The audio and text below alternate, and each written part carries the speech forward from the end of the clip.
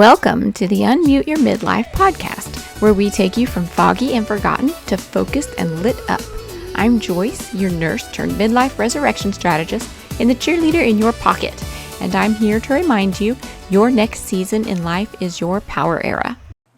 Well, welcome to Unmute Your Midlife. I have a special guest today. This is my husband, Mike McCall. Hello. He's a bit nervous. If you have a male partner going through perimenopause or menopause with you, then you might appreciate today's episode and maybe even want to forward it to them and have them take a listen. So I'm basically just going to ask you questions. I'm here against my will. That's not entirely true. But I am here. He is here. That's half the battle. Getting him there. Getting him on the side of support, right? Right. Okay, babe. Let's be honest. Okay. I've got my questions. Isn't that an odd way to start a conversation? Let's be honest. Because then you're assuming, well, every conversation we've had before that's been a lie. No, I don't assume that. Regarding perimenopause, what did you think perimenopause meant before it became a daily word in our household? I had no idea. I didn't know. I just thought it was other people had this, or it was like when you're in your 80s or something. I had no idea what it was till you educated me. Well, to be fair, I probably thought the same thing because I went through all of perimenopause not knowing I was in perimenopause. It was when I hit postmenopause that I discovered, oh, that's what all of that was about. So what was your first, what is happening to my wife moment? What is my first? Oh my goodness. Wow. I guess probably just, having to walk around on pins and needles when you got home from work, that kind of thing. And then not knowing how to handle like emotional outbursts and things like that. That's fair.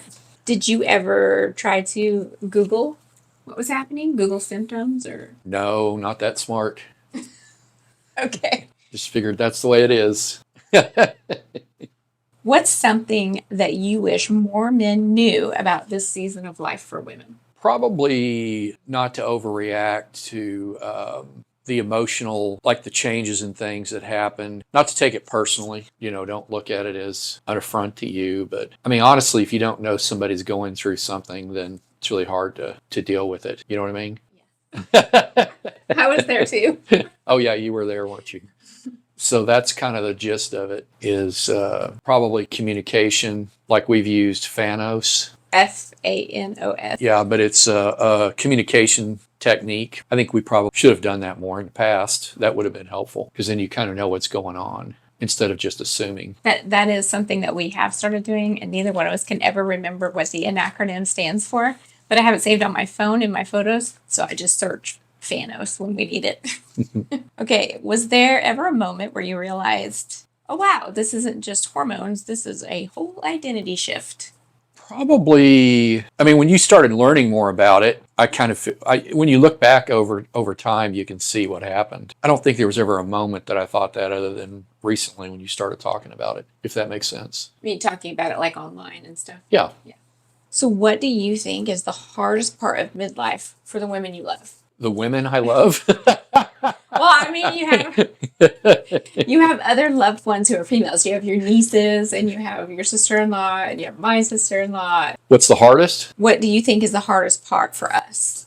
Oh, I think just, especially if you're working, if you're in a work environment and you're doing the kids and you're doing the wife thing. I mean, moms generally have more to do with the children than the guys do. So I think it's just kind of a heavy weight to carry over time if you're work outside the home.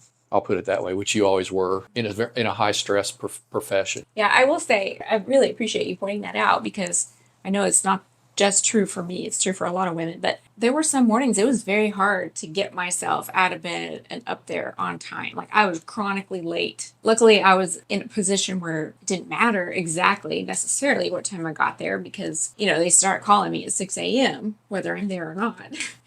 It was just because I would get out of bed and it would be so painful until I got on hormone therapy. Every bone in my feet hurt, and my muscles just didn't want to move, and it was just really a struggle bus most mornings. And then when you're at work, and like you said, I was in some pretty high stress positions, it's hard to regulate your emotions sometimes, and you don't know why it's hard for you to regulate your emotions, because you used to be able to do that. It's changed. And then the people you're working with don't understand why you're acting the way you are. They think you're defective, or maybe Crazy.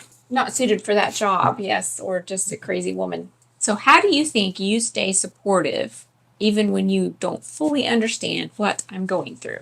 I would say probably the communication trick we talked about, being able to open up to each other and share what you're feeling, and taking those breaks, doing things together, like especially if you're busy, because our world changed quite a bit. I think being able to get away and do things, on purpose, date nights and things like that. And that helps me be supportive of you, I think, because I'm hearing what's going on with you, and I can support you either with what you need physically, turn the heat down or up, right?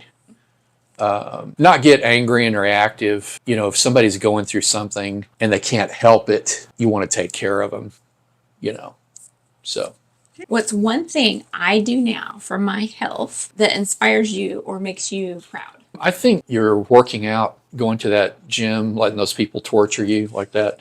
You're walking. 5:30 a.m. Yeah, you made a commitment to that part of it, which that can slip for a lot of people. So I think that's awesome. Yeah, it definitely slips from time to time for even both of us. Yep. Okay, let's talk about myth busting and male logic. True or false? You thought energy drinks could fix everything. True. What about naps? No. False. I didn't think that was true at all. What about now? Now I do. Okay. Naps are wonderful. Be honest. Did you ever think, okay, this is just PMS, right? Oh, yeah. Oh, yeah, always. So when I say the words, I'm fine nowadays, do you run or do you stay?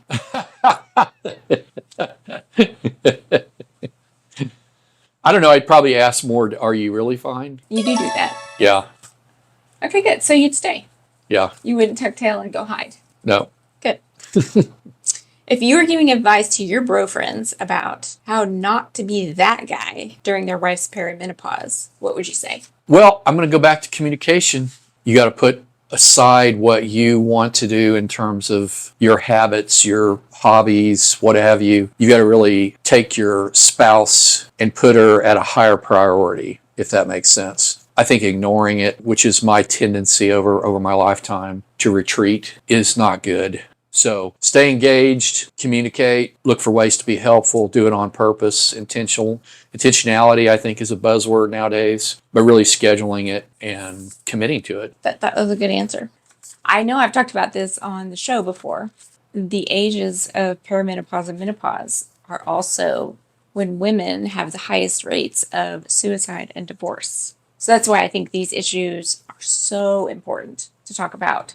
Marriage communication and relationship connections during this phase of life. Women and their partners need to know how to get through it unscathed, if possible, or at least still on the same team. Next, I've got the Supportive Spouse Starter Pack. So these are tangible takeaways to help build that emotional connection. So one of the things that midlife women go through is they start to feel invisible, like they don't matter anymore. Oh. Nobody needs them, nobody notices them. And I remember going through that. Like, I would make the comment, I could go all day on my day off, and you guys would even notice or wonder what I did all day. Yeah. You were busy in your own worlds. Yep. Okay. So what's something small you do now that you didn't do before to help me feel seen? I'm a words of affirmation person, so that's not your love language. So I overly communicate, say nice things. Mm-hmm. So I don't know if that has the same impact on you. I think you're more of a do something type of person. Acts of service. So I try to text you during the day, or just let you know I'm thinking about you, that kind of thing, even though I am using words. That's my go-to. Again, the communication part is the key. If you think about us, we would go through long periods of not communicating at all. And that's just, that doesn't work. Yeah. And then you have to have conflict in the right way. I think you have to learn how to fight in the right way, not take it personal, but deal with conflict. The good thing about conflict is that it opens the door to communication. That's a good point. What's one thing you've learned not to do anymore? One thing I've learned not to do anymore.